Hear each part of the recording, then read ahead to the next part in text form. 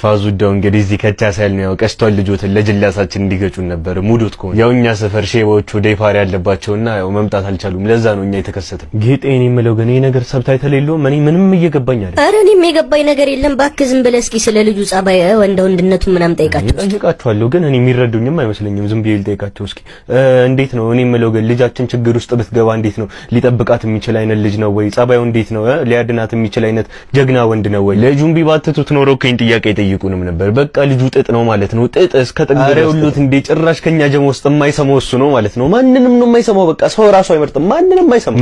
መዝጊቡ ጌጤ ልጁ መስማት የተሳነው ነው መዝጊቡ። ወይኔ ጉዴ ፈላ። ቃንቄ ደግሞ እሱ ችግር የለውም። ቋንቋ ተምራም ቢሆን ይግባባሉ። ዋናው ጥሎሹ ነው። ምንድነው ጥሎሽ ይዘው የመጡት? እስኪ እሱን ጠይቃቸው። ምንድነው ያመጡት? አንቺ ካልሽ ጠይቃቸዋለሁ። እኔ ምን አደርጋለሁ ብለሽ ነው? እኔ የምለው ግን ያው እቺን የመሰለሽ ልጅ እቺን የመሰለሽ ቆንጅዬ ልጅ ያው በባዶ ልትወስዱ አመጡ መቼስ አይደል? ጥሎሽ ነገር ይዛችሁ መጣችኋላ። ምንድነው ስታመጣችሁ? አተረ ልጁ እባክህ እንኳን ጥሎሽ ሊሰጥ የተጣለቃ እንኳን አግኝቶ ያቅም በእናትህ ዝም ብለህ አስቀይስ። እባክህ እውነትህን ነው እንዴ? እኔ የምለው ፋዘር ምን እሺ ነው አይባትቱም እንዴ? ጥሎሽ ምናምን እኮ ደሮ የቀረፋሽን እኮ ነው። አሁን ከሰርግ በኋላ ነው የሚሰጥ። አዎ ከሰርጉ በኋላ ከፈለጉ ቪት ከፈለጉ ቪላ። አዎ እንዴ በቃ እንደዛ እኮ ነው። እኔ መጀመሪያ ሳይ ግን እኔ ፋዘር ባናና መስሎኝ ነበር እኮ መጀመሪያ ሳይሆን አይደለ እየነገርኩ አልነበር? ባናና ይመስላሉ እያልኩ አይደል? እቺን ይወዳል ቃንቄ በደውዬ አንተ በገዛ ቤት የመጣው ሰድበኛለህ። ጌጤ እየሰማሽ ነው?